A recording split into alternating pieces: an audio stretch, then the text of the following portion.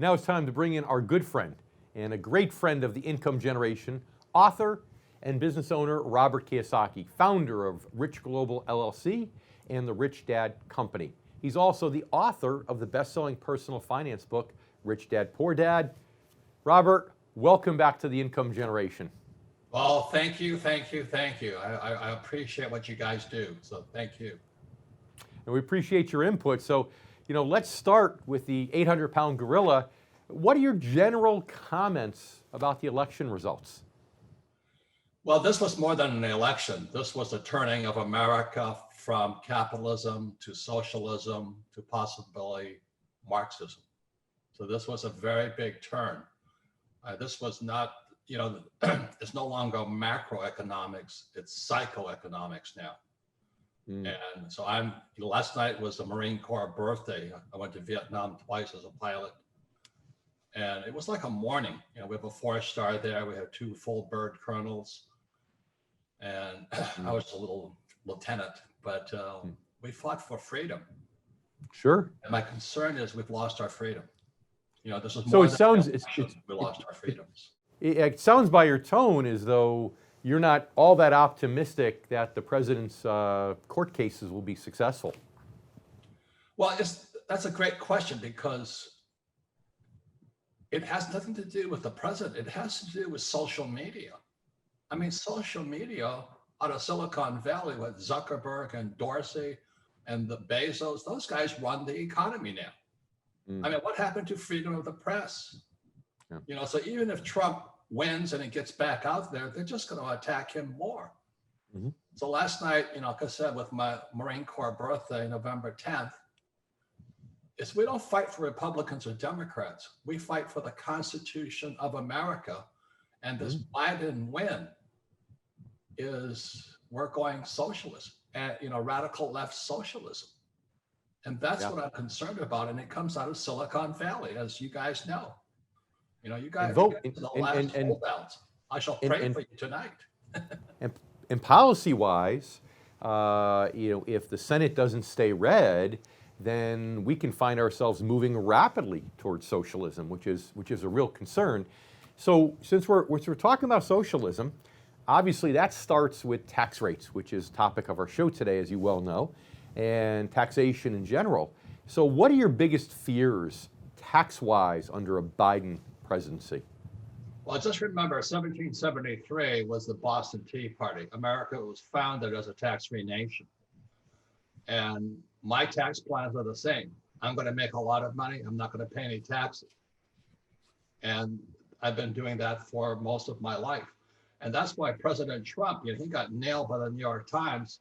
They nailed him saying he paid only $750 in income tax. Well, the reason he paid only $750 in income tax is because he turns in his presidential salary. He doesn't need a salary. I don't pay income tax either because I don't have any income.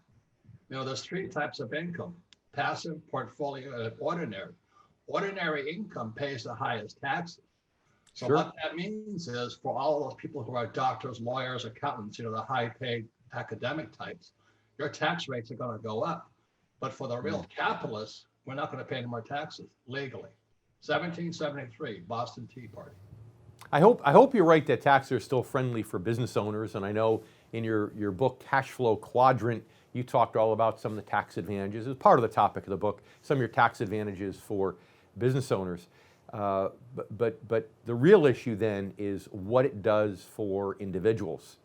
And so let's say an individual that's a high income earner or a medium, moderate income earner, that just taking a salary then, what do you think is likely to happen to that person? Well, that's what I'm saying. It's going to be psychoeconomics. This radical left thereafter, I call it Robin Hood economics. Take from those who produce and put it in your pocket. That's what they're going to do.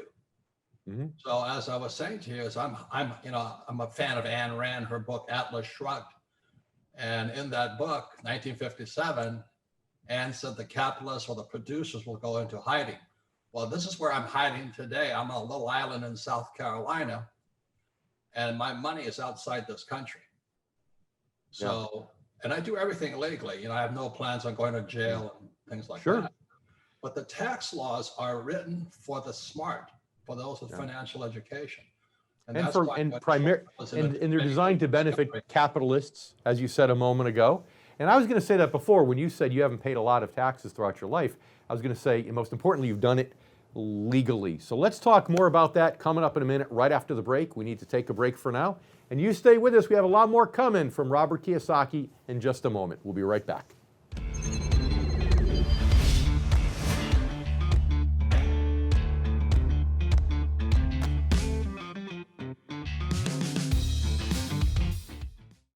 Now it's time to bring in our guest and good friend, best-selling personal finance author and businessman, Robert Kiyosaki. Okay, so before the break, we settled that capitalists do have a tax advantage in this country. I've got that. But really capitalists of smaller businesses, think about corporate America. What happens, what I'm worried about, for example, is what happens to the stock market when corporate taxes go from 21, back up to 35.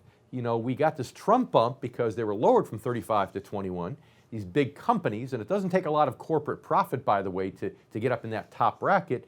So is it just for small or medium-sized capitalists, but not for publicly traded companies? And if so, does that worry you even more about our stock market than you were worried when we had you on the show just a few weeks ago? Right. The difference is, President Trump and I are really good friends. His sons and I are better friends. And we're real estate guys. And if you understand tax law, like I said, there's three types of income. There's ordinary income, portfolio income, and passive income. We don't pay taxes because I don't have ordinary income. I don't have a paycheck. Mm-hmm. And then I don't go for capital gains, which is, the stock market. So by going from passive income out of real estate, we pay zero taxes.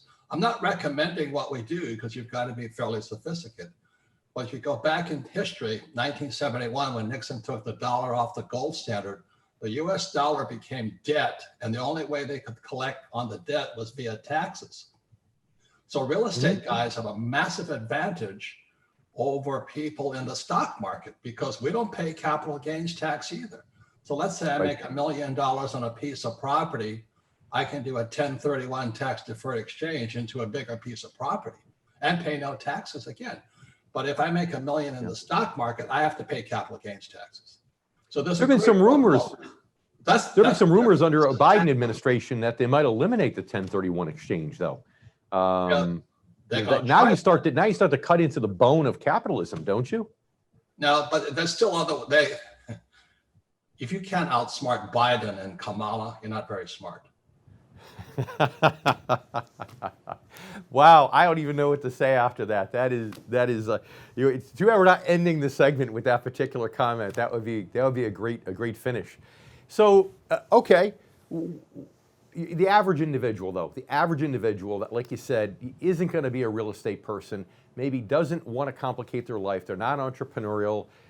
They're just going to work. They're going to put money in a 401k. They're going to save and invest. What are the best things that they should be considering from a tax perspective? Do you have any advice for the masses to try to help them even a little bit? I really, I'll pray for you tonight. Because like I said, we're going from macroeconomics to psychoeconomics. We're going to Robin Hood economics, which is take from those who produce. And if you don't make any changes, the next few years will be horrifying years. I hate to say that, but I've been, the reason I wrote Rich Dad, Poor Dad 25 years ago was as a warning. This was coming. Marx warned us, Orwell warned us, Huxley warned us, Khrushchev warned us, we're going communist. I hate to say that. Throughout history, that has always happened. And this election, like President Biden, is really President Kamala. That's the person. And if you don't see it coming and I'm just going to do the same thing, then all I can do is pray for you tonight because they're coming after you. They're coming after anybody who works, who produces, who is actually a productive citizen. And that's where Ayn Rand's book, Atlas Shrugged, is crucial for people to understand. Mm-hmm. This was not an ordinary election. This was a change of America. And so that's why I always appreciate coming on your program because when I'm on CNN, they yank me. What Yeah, we've that's right. lost is our freedom. Yeah. You know, Silicon Valley, Bezos, Zuckerberg, and Dorsey, I've been yanked off of my platform so many times because I just tell people what I know. And it's the subject of our show today. It's taxes. You know, So if do you think understand taxes, you'll understand capitalism. taxes are the tool to begin socialism, of course. But you know, do you think that President Biden, if he becomes President Biden, President Biden will actually stick to raising taxes on those that only make more than $400,000 a year, or do you think he's gonna cut below that? And we've got just 60 seconds left. I don't really know, but like I say, it's President Kamala. You know, Biden's dead man walking right now. I mean, it's radical left. If you can understand that we're going radical left, and if you can understand, this is why the Marines last night at the Marine Corps birthday, we were in mourning. Yeah, Marines didn't fight for Republicans or Democrats. Marines fought for the Constitution of America. And the First Amendment, all right, for freedom of speech, freedom of assembly, and freedom of religion was taken away. Next, they're going after the Second Amendment, which is our guns. So I'm just trying to say, it's not Republican or Democrat. You can be a Democrat, you can be a Republican. Yeah. But what Marines fought for was the Constitution of America. Yeah. And it's getting crushed right now. And that's why I'm saying this was not an ordinary election. It's AOC and all those other commies out there. So maybe you and I should host a little online prayer group, praying that at least the Senate stays red and there's some checks and balances. It seems like at this point that's the best shot that we have. We need to leave it there for now, Robert. Thank you so much for being back on the show with us. Time always flies when we're having fun. And you stay with us too. We'll be right back in a moment, right here on The Income Generation. We'll be right back.